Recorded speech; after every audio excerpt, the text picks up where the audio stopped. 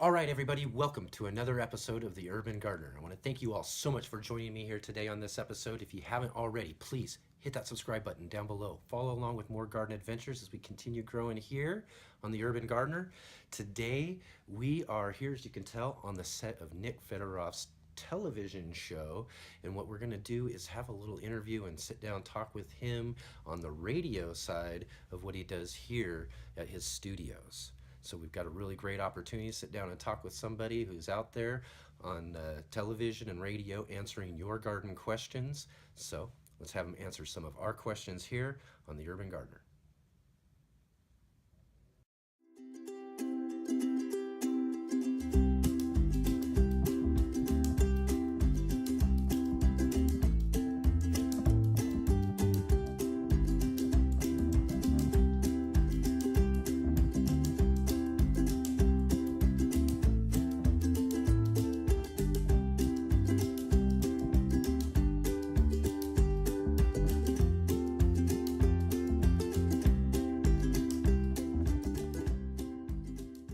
So, all right, everybody, we are so fortunate to be sitting here with Nick Federoff. He's a radio and television garden personality here in the Southern California area, and he invited us in to be a part of his radio program earlier today. So that was really fun, Nick, and I really appreciate you inviting me there and doing that. It was such a really great conversation. So I hope that everybody gets a chance to check that out. I'll find a way to get you linked up with that. So again, thanks a lot. That was just a really great conversation. I think that went really great, and we covered so many really fun things. We had a lot of. In fact, what I was very surprised about was the fact that not only did we do 2 hours for my syndicated radio show, plus we did a Facebook Live feed. We stopped the Facebook Live feed and started over and did another hour. Yes. That was ridiculous. It was crazy. I was not expecting that. I was so worried, especially about doing maybe the first half hour. You know what I mean? And here we are 3 hours later, and we're like, should we kind of stop and end this now? Yeah, I kind of got to get the gab over here, man. I don't know when to shut up. So it was a really, really great time hanging out with him and being a part of his radio show. So we've got him nailed down right here, right now, to sit and talk to him about a couple of things about his life in gardening and how he got to get to be here hosting the ThingsGreen radio and television programs. Hi. Well, it was real simple. I was born in a tree. You're born in a tree. You kind of look like you were born in a tree. Yeah, I don't know. Yeah, here's what it is. What I lack in cutting on my face, I make up on shrubs and bushes and trees and stuff like that. So, indeed. All right. So let's get down to the beginning real quick. What got you to the first radio station, your first radio thing? Was it gardening or was it... Wow, that's a loaded question. See, so I started my whole career as the typical kid with the lawnmower on your wagon, dragging it around the neighborhood. And then one day my dad, who was a general contractor, was working at one of his commercial buildings and doing some work for people, and he says, "Who are those kids that are doing the work? That's horrible." And come to find out, it was actually the owner's sons that were doing it. So they said, "Hey," my dad makes a little wager with him of sorts. He says, "I'll tell you what." He says, "If my son can mow the lawn better than your two sons, would you give him the job? And my son will use your equipment." So my dad doesn't tell me anything that's going on. My dad tells me, he says, "Just go out there." He says, "There's some lawn equipment over there. Have at it." I was about 14 years old. Oh, yeah. Went out there. I cut the place. It was done. Next thing my dad tells me, "You get to come here every week." You know, he didn't say that, "Would you like to come every week?" You get to come here every week. He found you a job. Hey, I was working. That's all that mattered, man. That's all that mattered. And the only difference between those kids and myself, I knew how to walk in a straight line. Oh. I was in marching band. Oh, yeah. So you're walking a straight line, you come back, you cut the lawn, and you don't have those little sticks that are hanging out all over the place or anything like that. Nice lines. Nice lines is hanging out like this. So that's how that end of it started. So before you knew it, I'm in the landscaping business. I get a degree in ornamental horticulture, and I was asked by somebody to fill in to do a radio show. So I filled in to do the one radio show. The person came up to me, the program director came up to me, invited me a couple weeks later, hands me a big box of mail. He says, "You have generated more mail in that one show than the other guy did in the last 2 years that you've been here. We want you to do the show. So you go from getting this show right there. How long ago was that? I realize I don't look this old, but it was 32 years ago. 32 years Yeah, ago. 32 years ago, 10 years into it, I got approached to syndicate the radio show. And I didn't know what that meant other than they would put me on all kinds of stations throughout the country. So they give me a contract, and I look at the contract, and the guy tells me, and I look at it, you have to sell your soul. I mean, it was horrible, absolutely horrible. Oh, wow. And I looked at the guy and I said, look it says, if I got to do all this, I might as well syndicate myself. Right. He laughed at me, says, you'll never syndicate yourself. Wrong thing to say, man. Wrong thing to say. Right? So what I did is that I hired somebody who I already knew had a good track record. I hired him, cost me a lot of money.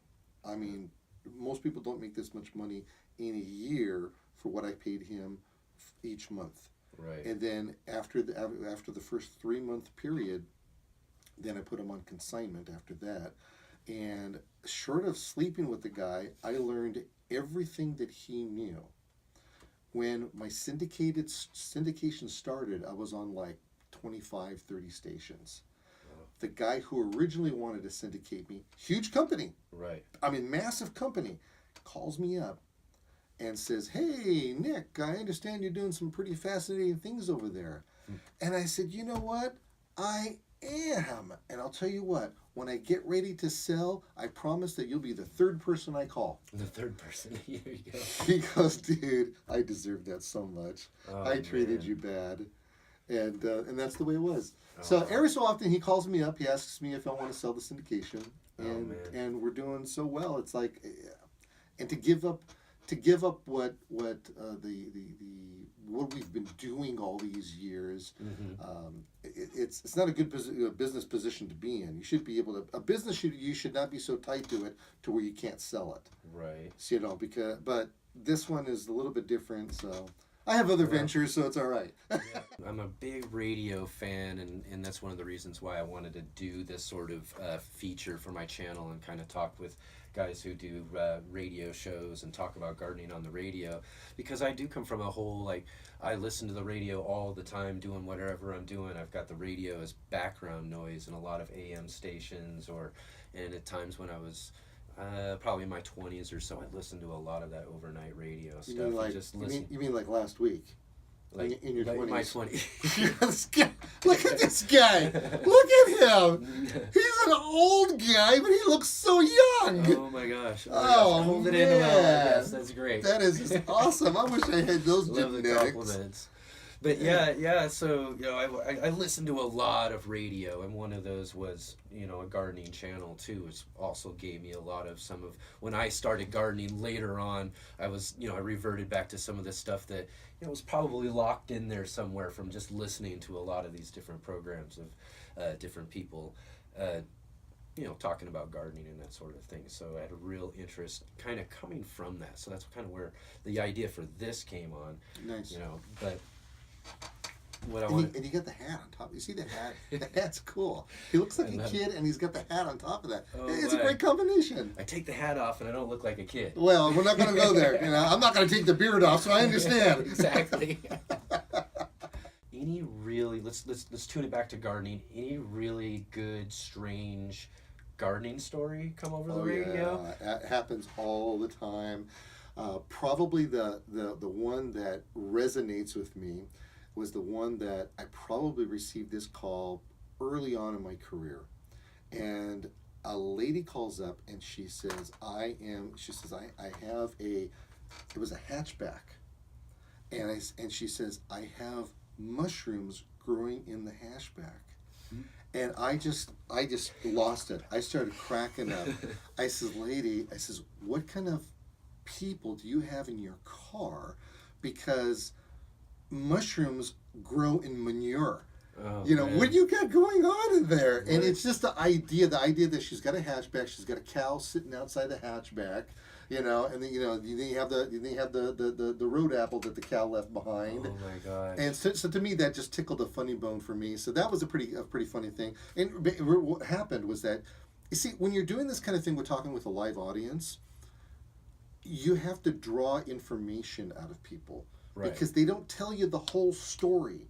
They only tell you part of it. Mm-hmm. Well, it only goes to reason. All right, lady, what do? What has happened? Let's break this down. Let's break this down. So we start breaking down. Mm-hmm. Come to find out, she went to the farmer's market, and she had a bag of groceries split open, and inside the groceries were mushrooms. Oh. Mushrooms have spores. Yeah. Those spores got knocked off of the mushrooms, and she had a leak in the window so that when it rained, it wet that area. It excited those mushroom spores. They grew. Yeah. So it was like logical. But one of the things that always reminds me about this whole topic about extracting information. Right. I was in Holland one time, and I'm walking down the highway, and this is before you had digital cameras. Yeah. So I stop and I start taking pictures of a farm, and my wife's like, "Oh, what are you doing this? What's the story behind this? There's nothing fascinating about this." I says, "Look inside that olive tree," and then she starts looking. She says, "Well, I don't see it." I says, "Look real close," and I had a lens on this thing that was this big, you know. Wow. So I take it light, and as an amateur photographer, you know what I'm talking about, right? You know. So I went and I clicked this thing, and inside that tree, at about 15 feet up, in an olive tree, was a goat. There was a goat in the tree. Standing up in the tree. Eating the tree. Eating the tree. Eating the tree. You found the best spot to So go. what happens is that Enoch calls me on the phone and says, "Hey, Nick, I've got a problem. My olive tree is dying." The thing that he forgets to tell me is that there's a goat up in the tree. So you got to extract that information. I have to find out if there's a goat in your tree to find out why is that branch dying. Right. Well, because the goat ate around the tree. It ate the bark. It got into the cambium layer. The phloem isn't going up and see. I could talk seriously once in a while. All right, and it's going up and down like this. It stopped that flow. The tree dies, or at least from that part up, it dies. Mm-hmm. So I need to find out. Please tell me there's a goat first. Yep. And you know, here I was to say, I listened to a caller on your show, I think this last week. You gave some really interesting advice, but that was a great example of what you were talking about. When did you buy it? Where did you buy it from? This sort of thing. You're trying to figure this out because she's got a problem. It's dead. It's not working. It's not working out. You might remember the caller. Because it wasn't. Well, you might have filmed it at a different time. But anyways, you don't remember. But anyways, I don't even remember this conversation. You extracted all of this information from her, as you said, but then it came down to it. You said, "Hey, what I want you to do is I want you to go up to that tree and give it a big hug." Oh. That I remember. I thought it was when it came down to the actual advice you had to give her. You know what I mean? But you went through all of this stuff. She really wants to know. She's had it for a couple of years, or whatnot. This and that. And it really just came down. I need you to give that tree a hug. And you know what? And then what'd you say after that? Then I told her to pluck her up and kiss it goodbye because it was gonna die. And then go to your garden shed, grab your shovel, and I want you to go dig it out. Oh, dig it out. That's what it was. Yep. That's what it was. I was gonna get to something, I forgot what it was. Oh, it was too funny. But yeah, we give that. Yeah, I mean, because sometimes you just don't know. Sometimes the things that they're telling you about is just so far gone. Yes. And you want to be a bleeding heart as much as possible. Save all the trees. Well, you know, sometimes you have to pull them. Sometimes some things just don't work out. And they're not going to work out. They're not. Yeah, and just not. It kills me when it's an heirloom tree of somebody's. You know, my grandfather gave me this tree, or my mother gave me this tree or plant and all that, and it's dying, and that type of thing. But I have people. Would you hate to be the person who had to tell them about? Was it Jefferson's tree at the White House? I think that they've had to remove this recently or something like that. Would you hate to be the gardener who has to go to them and say, "Yeah, I want you to give that tree a hug." Yeah.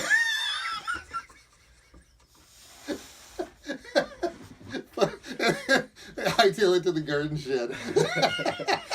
go out to the garden shed and dig out Oh, yeah. Jefferson's tree. When you put it that way. Hey, I Or actually Hamilton. Or I someone, actually can't filmed a remember who it TV was. show. I know we haven't talked about that part yet, Yeah. but I actually filmed a TV show at the Richard Nixon Library, which is in Yorba Linda, not far from here.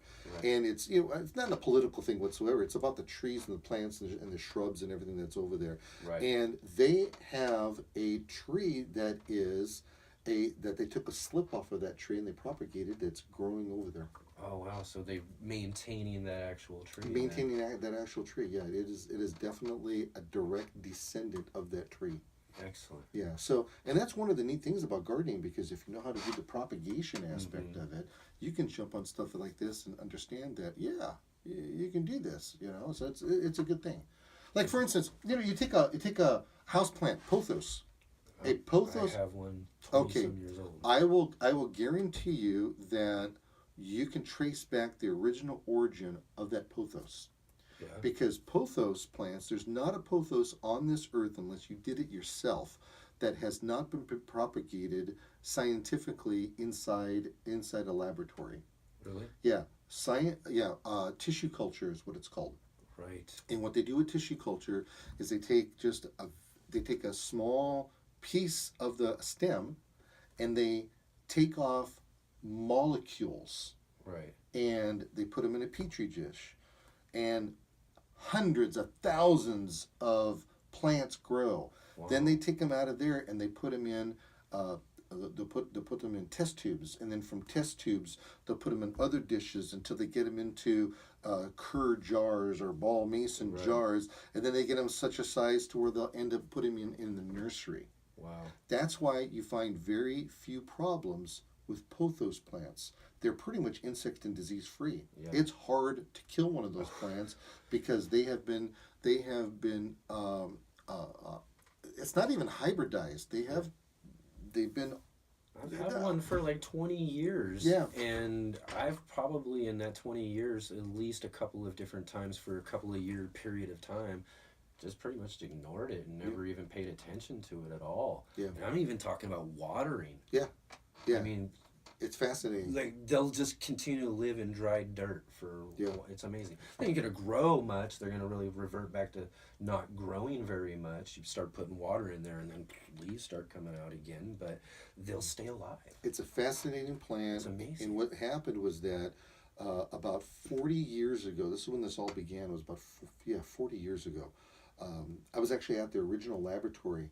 They had the mother of all pothos plants. Wow. I can imagine that. And for years, I mean, the plant was larger than this table. I can And it never had any problems with it. And they decided, hey, can we do tissue culture on this? That's where tissue culture actually started. Wow. It was in the world of agriculture and actually horticulture, and then it went from there. That's like you remember when they did tissue culture and they made this. Well, it's not called tissue culture at this point.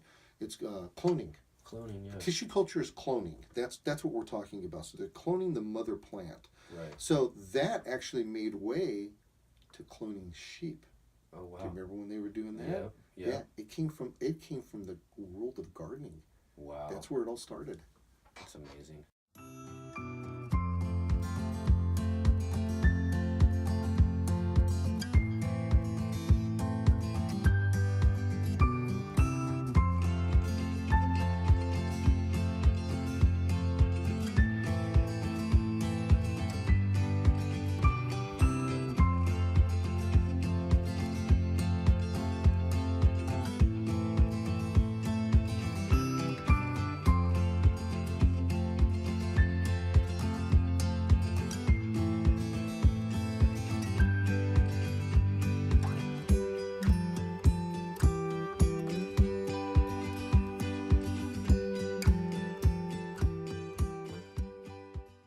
Already, just a moment ago, my next question. You've been gardening on the radio and doing that, but you also do a television show as well, right? Yeah, that's Get pretty to well. people here in the Southern California area get to be blessed with I've, Nick's wonderful beard right on the television. Well, I'm technically on I think it's 8 PBS television stations nationwide.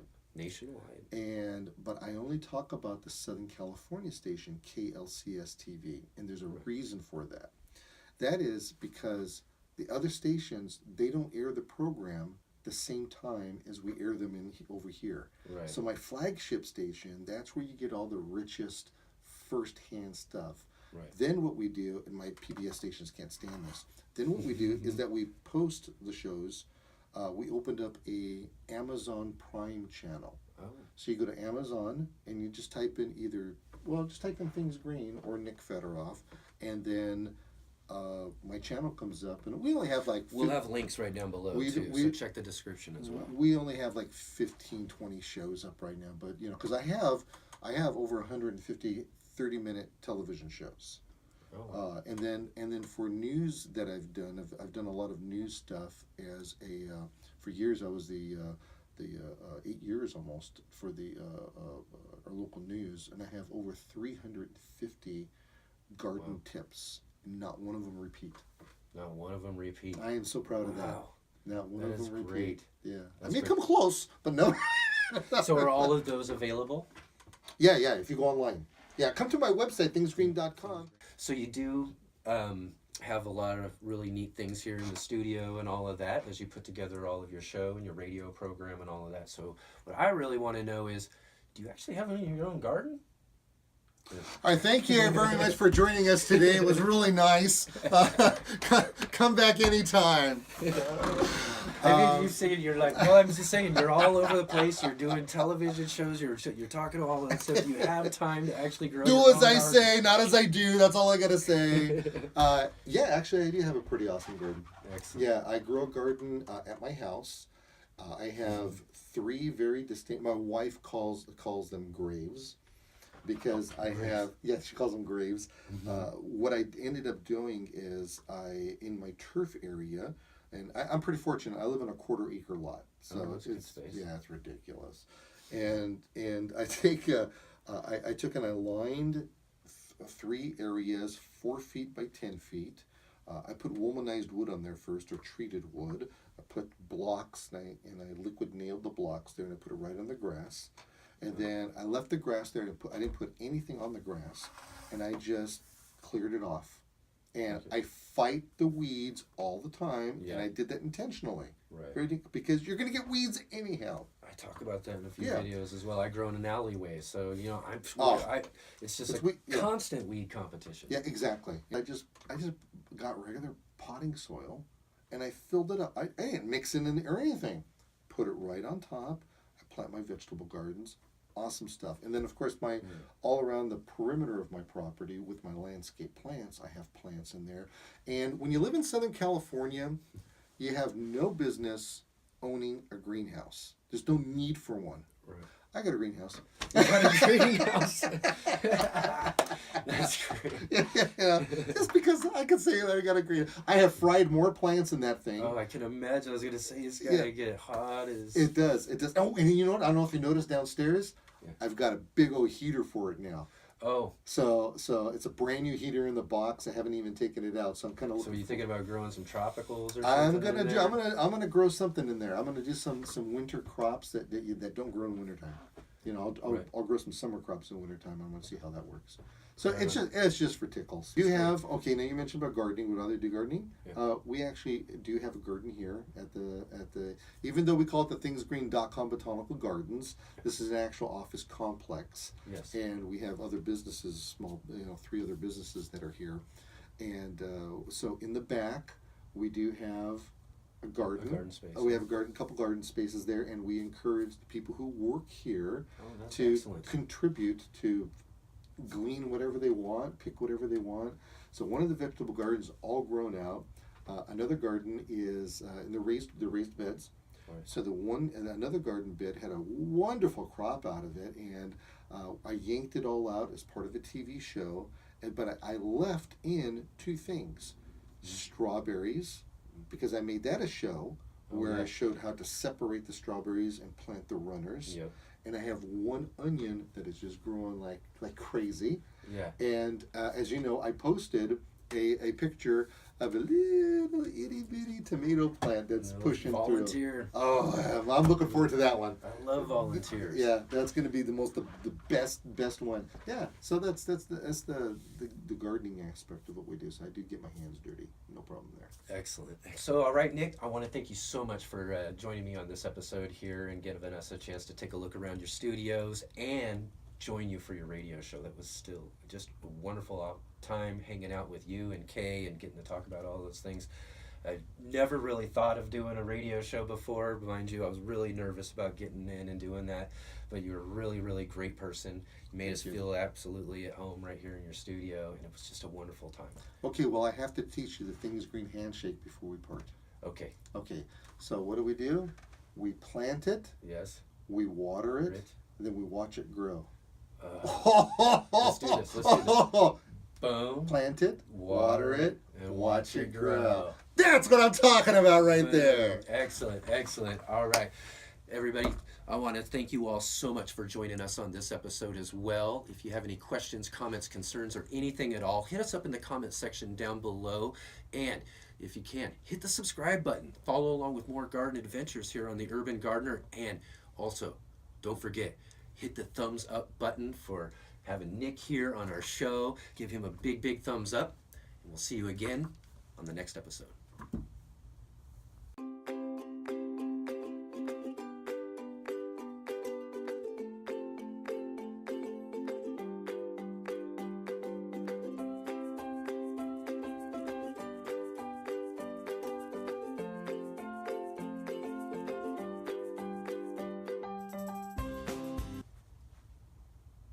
Who is he?